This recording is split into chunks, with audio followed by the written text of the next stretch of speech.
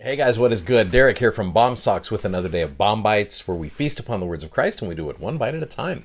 So for the remainder of this week, we're going to cover the official declarations, or as one of my students called them a little while ago, Thing 1 and Thing 2. He's like, when are we going to cover those Things 1 and 2? And so we are going to cover Thing 1 and Thing 2, the official declarations of the church. Well, the first one we're going to focus on today is that official declaration number 1, which is about this. You remember how we talked about plural marriage a few weeks ago. It's a controversial topic, mainly because we are trying to make sense of it from 2021 eyes. Again, I really believe that when we try to judge them by what we know back in the day, man, it gets messy, and humans are messy. I get that. So it's a tough time period. It's a tough topic. Well, to keep this going, between the 1850s and the 1880s, many Latter-day Saints lived in plural families as husbands, wives, or children. Okay, so in those families. In many parts of the world, polygamy was socially acceptable and legally permissible, even in the United States at this point. However, in the United States, most people did think that the practice was morally wrong. Some of those who are some of the legislators and those who are making laws, they believed it was morally wrong, which led to legislative efforts to end it, and the members of the church definitely were the ones who were targeted the most. So in 1862, the U.S. government passed a series of laws designed to force Latter-day Saints to relinquish plural marriage. Latter-day Saints sincerely desired to be loyal citizens of the United States. You remember that section 134 by Oliver Cowdery about that. We want to be able to follow government, which they considered a divinely founded nation. But they also accepted plural marriage as a commandment of God and believed that the court was unjustly depriving them of their right to follow God's commands. Well, between 1885 and 1889, most apostles and stake presidents were in hiding or in prison. In fact, let me show you here. George Q. Cannon, who was a member of the First Presidency, spent 5 months in jail because of it. Here's a couple of pictures. You got John Taylor over there, George Q. Cannon. There's actually a reward for their arrest. $500 paid for Cannon alone, $300 for Taylor. So you got these men right here. I don't know if these are all members of the church at the time, but there's George Q. Cannon right there in his prison stripes. So after federal agents began seizing church property in accordance with legislation, management of the church and its properties became increasingly more difficult. This is a tough thing, especially when you are dealing with the temples of the church, right? So what would you do? This puts you in a tough situation. So Wilford Woodruff, president of the church at the time, this was October 6th of 1890, created what is called the Manifesto. Now, this is official declaration number 1. So during this time period, Wilford Woodruff gave 3 addresses that gave some additional clarity on why this was the right time for saints to stop practicing polygamy.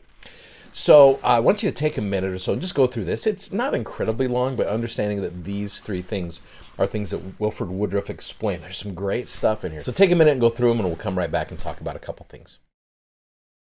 Well, as I was going through this, that first little section, this last paragraph is pretty cool. There is nothing in my teachings to the church or in those of my associates during the time specified which can be reasonably construed to inculcate or encourage polygamy. And when any elder of the church has used language which appeared to convey any such teaching, he has been promptly removed. And I now publicly declare that my advice to the Latter-day Saints is to refrain from contracting any marriage forbidden by the law of the land. Now you go down to just some of these excerpts right here. This first statement is great. The Lord will never permit me or any other man who stands as president of the church to lead you astray. It is not in the program. It is not in the mind of God. If I were to attempt to do that, the Lord would remove me out of my place. And so he will any other man who attempts to lead the children of men astray from the oracles of God and from their duty. What a wonderful promise there. It's like, look, God's not going to let a prophet lead us astray, which I put ultimate confidence in that, which that helps me also put ultimate confidence in that prophet. I love that. Here's Wilford saying, look, if I try to lead you astray, God's going to take me out. Now, again, that doesn't mean that every prophet who dies is about to take, to give false doctrine. That's not how it works out. This phrase right here is a great phrase. I saw exactly what would come to pass if there was not something done. I have had this spirit upon me for a long time, but I want to say this. I should have let all of the temples go out of our hands. I should have gone into prison myself and let every other man go there, had not the God of heaven commanded me to do what I did do. And when the hour came, that I was commanded to do that, it was all clear to me. I went before the Lord and I wrote what the Lord told me to write. So one important thing to understand here, and I love this principle, prophets act by way of revelation and they do not act due to social pressures. That's a key element here. Why is it absolutely crucial to understand that, especially in our times? And how does this personally give you a pattern to follow when you are being faced with social or other pressures? Well, after the Manifesto prohibited plural marriages in the church, however, these families still needed to be taken care of and provided for. It's not like you just stop right there, you kick everybody out of your house, you do your best. Some men did divorce their other wives while others continued to live with only one spouse. The majority of these men continued to provide financially for all of their family's needs. In 1904, a second manifesto was announced. This was Joseph F. Smith, which now made it so if you were still practicing plural marriage, you were in violation of commandments and subject to church discipline. Most plural families had slowly gone away by this point. Now, today, polygamy is no longer a commandment. Feel free to yay that. And those found practicing it are subject to church discipline. Okay.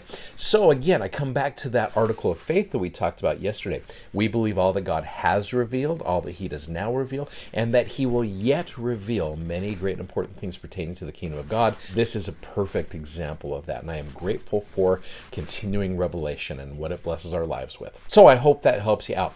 Thanks for watching. Thanks for subscribing. And thanks for sharing these messages. Please go check out our amazing gospel themed socks at bombsocks.com. You guys have a great day. See you tomorrow. Bye-bye.